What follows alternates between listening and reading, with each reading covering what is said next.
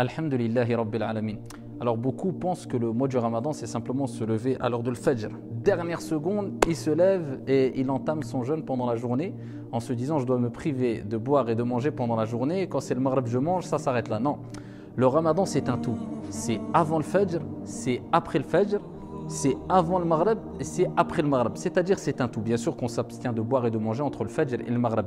Mais c'est un mois. On ne dit pas les journées du Ramadan, c'est le mois du Ramadan. Donc il faut vivre avec ce mois et particulièrement à un moment qui est fortement recommandé. C'est-à-dire on doit être présent pendant ce moment-là.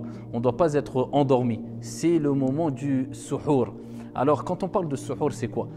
As-suhour, c'est le fait de prendre le repas du matin, avant le fajr, avant l'aube, le lever du soleil, l'aube plutôt. Et quand on dit sahour avec le fatha, ça, pas suhour, sahour c'est le repas qui est pris.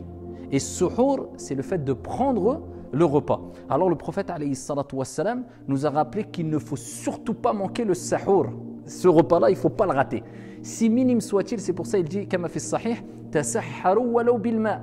Prenez le repas du matin ne serait-ce qu'avec de l'eau, même une gorgée d'eau. Pourquoi ? Parce que dans le hadith rapporté par Al-Bukhari, le prophète alayhi salatu wassalam nous dit tasahharu fa inna fi as-sahuri baraka.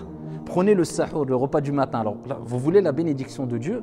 Eh bien, sa bénédiction, elle est entre autres dans le repas du matin. Il dit car dans ce repas-là, même si tu bois un peu d'eau, il y a une bénédiction. Il y a une bénédiction dans cette eau, il y a une bénédiction dans cette nourriture, c'est-à-dire dans le fait de boire l'eau et le fait de manger cette nourriture.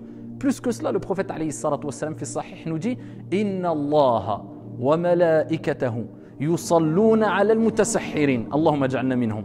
Allah ainsi que ses anges prient sur celles et ceux qui se lèvent le matin pour prendre le repas du matin.